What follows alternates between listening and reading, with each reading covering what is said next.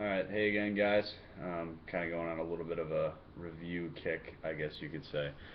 What I'm going to go over today is something that I haven't really seen a whole lot of reviews on, mostly probably just because it's still kind of a newer board, but it's the new to the Sector 9 downhill division line, the Sector 9 Daisy. Um, I'm not going to go over the specs. If you want that information, you know where to find it, I'm sure.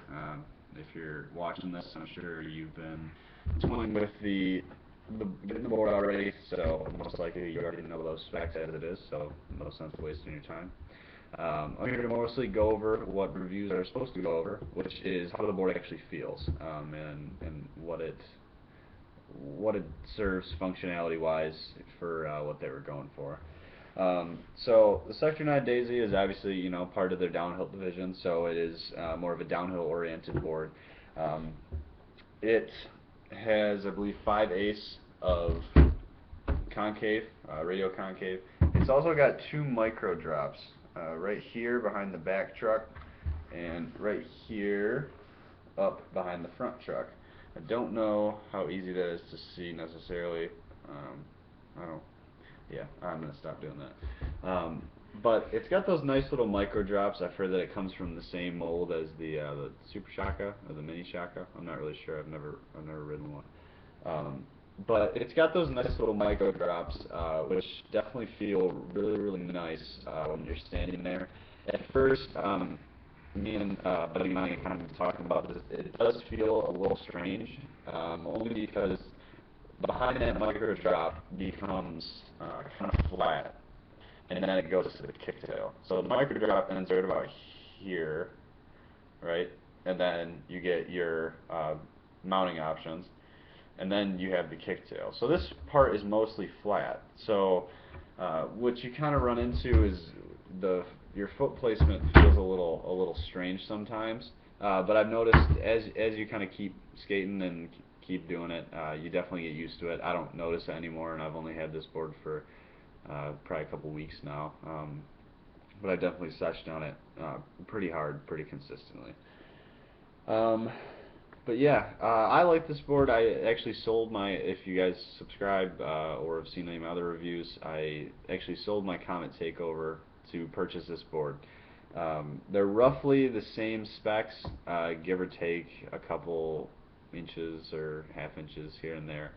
Um, but what I really liked about this that the Takeover didn't have was this is only 8 plies, whereas the Takeover is 9.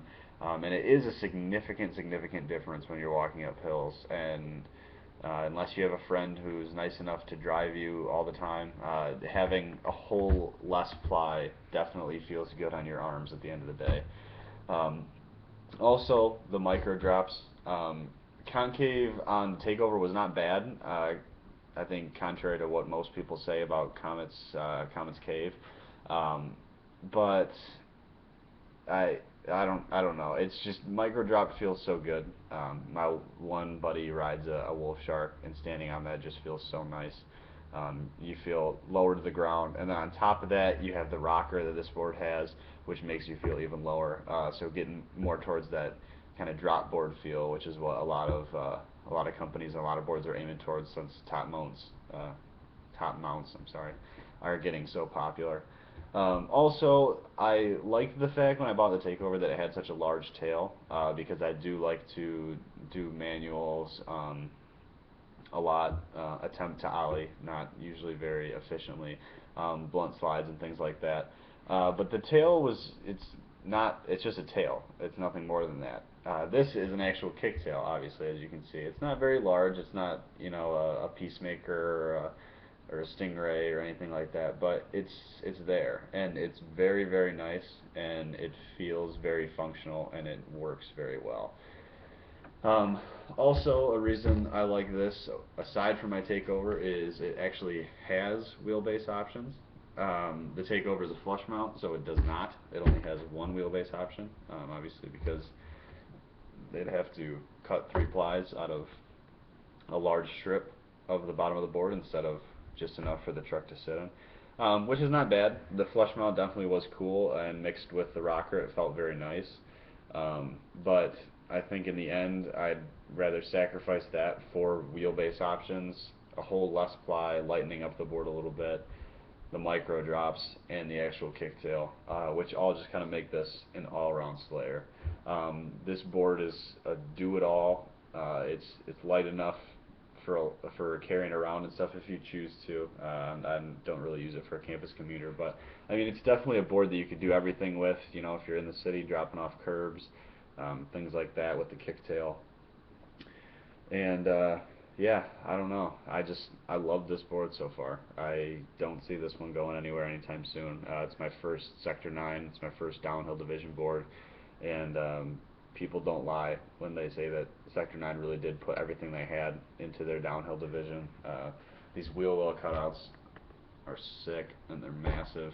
I have managed to get wheel bite already right there, as you can see down there. Can't really reach the way I'm holding it, and I did get it right there today. But that was I was running 72 camis, and I do only have a very small kind of small washer, or I'm sorry, small riser on it, just to kind of take the blunt. I like risers. But I've got this set up with P&L 180 millimeter strummers, and Metro Motions 70 millimeter 80A durometer, Riptide bushings, of course. I've been trying out this flipped, I don't know if you can even really tell, flipped fat cone on the top. One of my buddies rides his setup like that, and it felt amazing, so I've been trying that. If you haven't tried it, I'd recommend it. It's amazingly divey, but it has a great return to center. And if you don't own P&Ls, you should get them, because they are amazing, and they're still pretty reasonably priced for a downhill truck. But that's not what this review's about. But yeah, overall, I'd say the Sector 9 Daisy is a great addition to the already outstanding downhill division lineup. The functionality of the kicktail mixed with the micro drops and the rocker and the board make it a great feel for anything from downhill to fast free ride, to city slaying if you're into that. Wheelbase options galore. Mix it up, change it up. I usually change mine every 1 to 2 weeks just to really get that setup dialed in. But yeah, if you have any questions, if there's something I forgot to mention or something you want to know, feel free to direct message me or hit me up down below. If there's anything you want to see a review on, there's a possibility I might have ridden it, used it, own it, roommate owns it, one of the two. I can definitely get that out there for you, let you know what I think. If you haven't subscribed already, please do, and keep watching. Skate hard, skate safe, fellas. Adios. And sorry, not just fellas. Don't want to be sexist. Anyways, I'm gonna shut up. Adios.